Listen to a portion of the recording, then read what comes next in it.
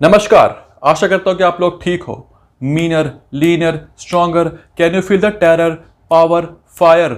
जी हां, आज मैंने देखी बीस्ट, जिसको हिंदी में रॉ नाम से रिलीज किया गया है। अब इसके पीछे क्या वजह है वो तो मुझे नहीं पता। थालापति विजय की मूवी हो और मूवी से एक्सपेक्टेशंस ना हो, ऐसा तो हो ही नहीं सकता। एज ऑलवेज एक्सपेक्टेशंस काफी हाई थी मूवी से, लेकिन क्या ये मूवी उन एक्सपेक्टेशंस पे खरा उतर पाई है? आइए देखते हैं। मुझे नहीं लगता कि ये मूवी उस एक्सपेक्टेशंस पे खरी उतर पाई है, लेकिन हाँ, जो लोग थालापति विजय के हार्डकोर फैंस हैं उनको ये मूवी पसंद आने वाली है, क्योंकि ये मूवी थालापति विजय के आसपास ही घूमती है। ये एक वन मैन शो है जिसको बीस्ट के नाम से रिलीज किया गया है। मूवी शुरू होती है वीर राघवन के किरदार से, जो कि एक रॉ का एजेंट है, जिस किरदार को निभाया है खुद थालापति विजय ने। एक ऐसा हादसा होता है जिसकी वजह से वो अपनी जॉब को छोड़ देते हैं। उसके बाद वो नॉर्मल जिंदगी जीना शुरू कर देते हैं, लेकिन फिर ऐसा होता है कि वो एक मॉल में जाते हैं और कोइंसिडेंटली उस मॉल को कुछ आतंकवादी हाईजैक कर लेते हैं। इसके बाद क्या होता है, किस तरीके से वो सारे के सारे आतंकवादी वहां के लोगों को हॉस्टेज बनाकर एक आतंकवादी जो कि उनका लीडर होता है उमर फारूक, उसको छुड़ाने का प्लान बनाते हैं। अब क्या वो इस प्लान में कामयाब होंगे? क्या थालापति विजय उर्फ वीर राघवन इस प्लान को सक्सेसफुल होने देगा या फिर कुछ और होने वाला है? वो आप देखेंगे इस मूवी के अंदर। लेकिन हम बात करते हैं इस मूवी में क्या अच्छा है और क्या बुरा। अच्छाई की बात करें तो इस मूवी के अंदर खुद थालापति विजय है, जो अपने आप में ही एक बहुत बड़े सुपरस्टार है। उनकी मूवी उनके नाम से चल जाती है। लेकिन यहीं पे बात आती है स्टोरी की, स्क्रीन प्ले की और डायरेक्शन की, जो कि इस मूवी के अंदर काफी वीक है। जो स्टोरी है उसमें बिल्कुल भी दम नहीं है। ये एक मूवी है जिसको सिचुएशन के बेस पे बनाया गया है कि एक मॉल के अंदर आतंकवादी घुस जाते हैं, हॉस्टेज को बनाकर वो अपनी मांगों को पूरी करवाना चाहते हैं। उस सिचुएशन में स्टोरी को अच्छी तरीके से नहीं लिखा गया है।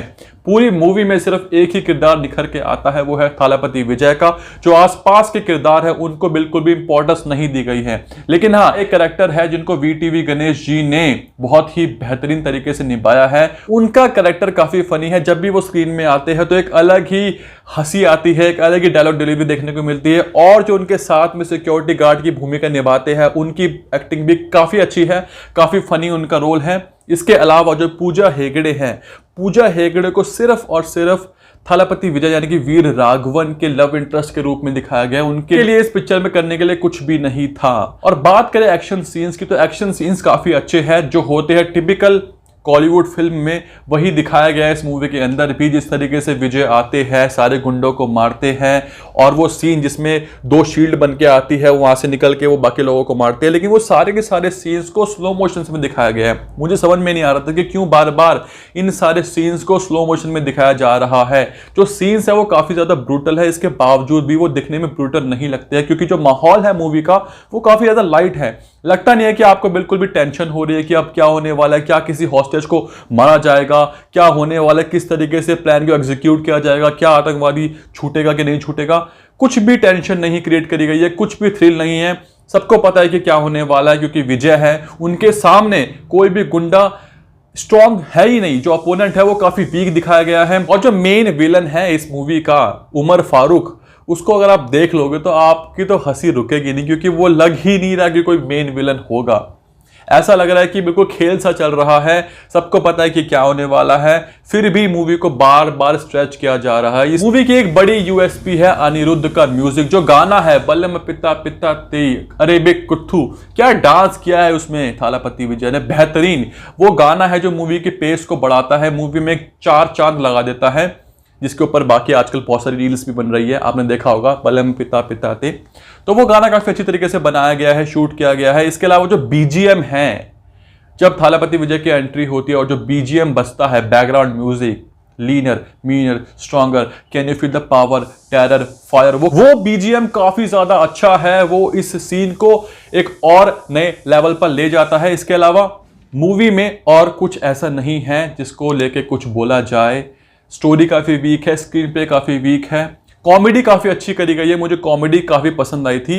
लेकिन यहीं पे जो है पूरा का पूरा मैस हो जाता है। एक टेंस सीन जहां पे सबके सब हॉस्टेज बने हुए हैं, उसके अंदर बीच बीच में बार बार कॉमेडी का आ जाना, वो सारी की सारी नर्वसनेस, वो सारी की सारी थ्रिल को जो है कम कर देता है। तो इसके अंदर कॉमेडी तो अच्छी है, लेकिन उस कॉमेडी को गलत तरीके से फिट किया गया है। शायद इसी वजह से जो इमोशन पार्ट है वो ठीक से उभर के नहीं आ पाया इस मूवी के अंदर। लेकिन हाँ, आपको साइंस को भूलना पड़ेगा। एल्बर्ट आइंस्टाइन और इसाक न्यूटन के बारे में सोचना छोड़ दो, क्योंकि मूवी में ऐसे ऐसे सीन्स है जो कि मतलब आउट ऑफ द वर्ल्ड है। सुपर हीरोज भी ऐसे मूवी सीन्स को नहीं कर सकते जो इस मूवी के अंदर दिखाए गए हैं। और जो एंड में दिखाया गया है जेट वाला सीन, इसमें विजय जेट पर बैठे होते हैं और पूरे मिशन को अंजाम दे रहे होते हैं, वो सीन तो भाई साहब अलग ही दुनिया से बनाया गया है मुझे लगता है कि, क्योंकि उसमें जो वीएफएक्स डाले गए हैं, जो सीन दिखाया गया कि मिसाइल आ रही है, मिसाइल लॉन्च हो चुकी है, मिसाइल टकराने वाली, लेकिन मिसाइल टकराती नहीं है, पता नहीं कैसी मिसाइल है, कौन सी क्वालिटी की मिसाइल दिखाई गई है इसके अंदर।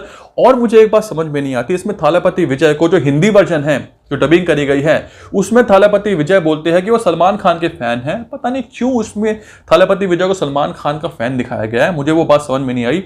लेकिन हाँ, एक कनेक्शन है इस मूवी के अंदर। थालापति विजय डायलॉग बोलते हैं कि एक बार जो मैंने कमिटमेंट कर दी तो मैं अपने आप की भी नहीं सुनता। फिर मुझे याद आया कि उनकी एक मूवी थी जो कि महेश बाबू की मूवी पोकिरी की रीमेक थी। उसके बाद उस मूवी को बनाया गया तमिल वर्जन में जिसमें विजय थे, उसके बाद उस मूवी को बनाया हिंदी वर्जन में जिसमें सलमान खान थे।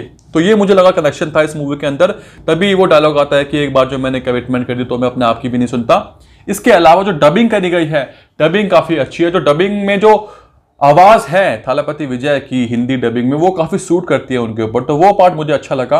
ओवरऑल 3 यूएसपी लगी मुझे इस मूवी की।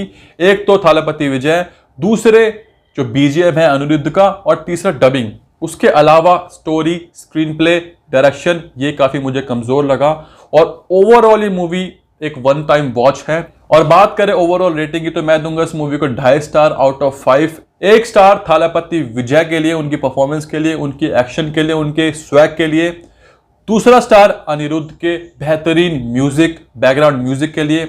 और 2.5 स्टार एक अच्छी डबिंग के लिए। क्योंकि इस मूवी को ज्यादा प्रमोट नहीं किया गया है हिंदी बेल्ट में, तो मुझे लगता नहीं कि हिंदी बेल्ट में बीस्ट उर्फ रॉ मूवी कुछ ज्यादा बड़ा बिजनेस करने वाली है। लेकिन हाँ, तमिलनाडु में ये मूवी छप्पर फाड़ कमाई करेगी, क्योंकि तमिलनाडु का कल यानी कि 14 अप्रैल को न्यू ईयर होता है तमिलनाडु का। और क्योंकि थालापति विजय तमिलनाडु के एक बहुत बड़े सुपरस्टार है, तो तमिलनाडु से ही ये मूवी इतना बिजनेस कर लेगी कि अपना ओवरऑल बजट निकाल लेगी और एक बड़ी हिट साबित हो जाएगी। लेकिन हिंदी बेल्ट में जहां बात आती है कमाई करने की, तो मुझे नहीं लगता कि केजीएफ के रिलीज होने के बाद इस मूवी के शोज ज्यादा बचेंगे, क्योंकि सारे के सारे शोज केजीएफ को मिल जाएंगे। केजीएफ का बज, जो हाइप है, वो इतनी ज्यादा हो चुकी है कि बिना पिक्चर रिलीज हुए अभी तक 21 करोड़ की कमाई कर चुकी है। करीब करीब 4 लाख टिकट ऑलरेडी बिक चुके हैं।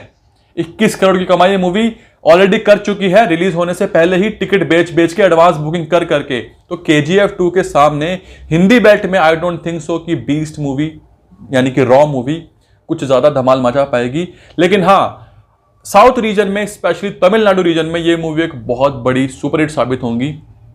मरसेल में मैजिशियन, बिगिल में फुटबॉलर, सरकार में एंटरप्रेन्योर, मास्टर में मास्टर और बीस्ट में सोल्जर, ये सारे के सारे कैरेक्टर्स को थालापति विजय ने बेहतरीन तरीके से निभाया है। उम्मीद है कि आने वाले टाइम में वो ऐसे ही अच्छे अच्छे किरदारों में हमें दिखेंगे।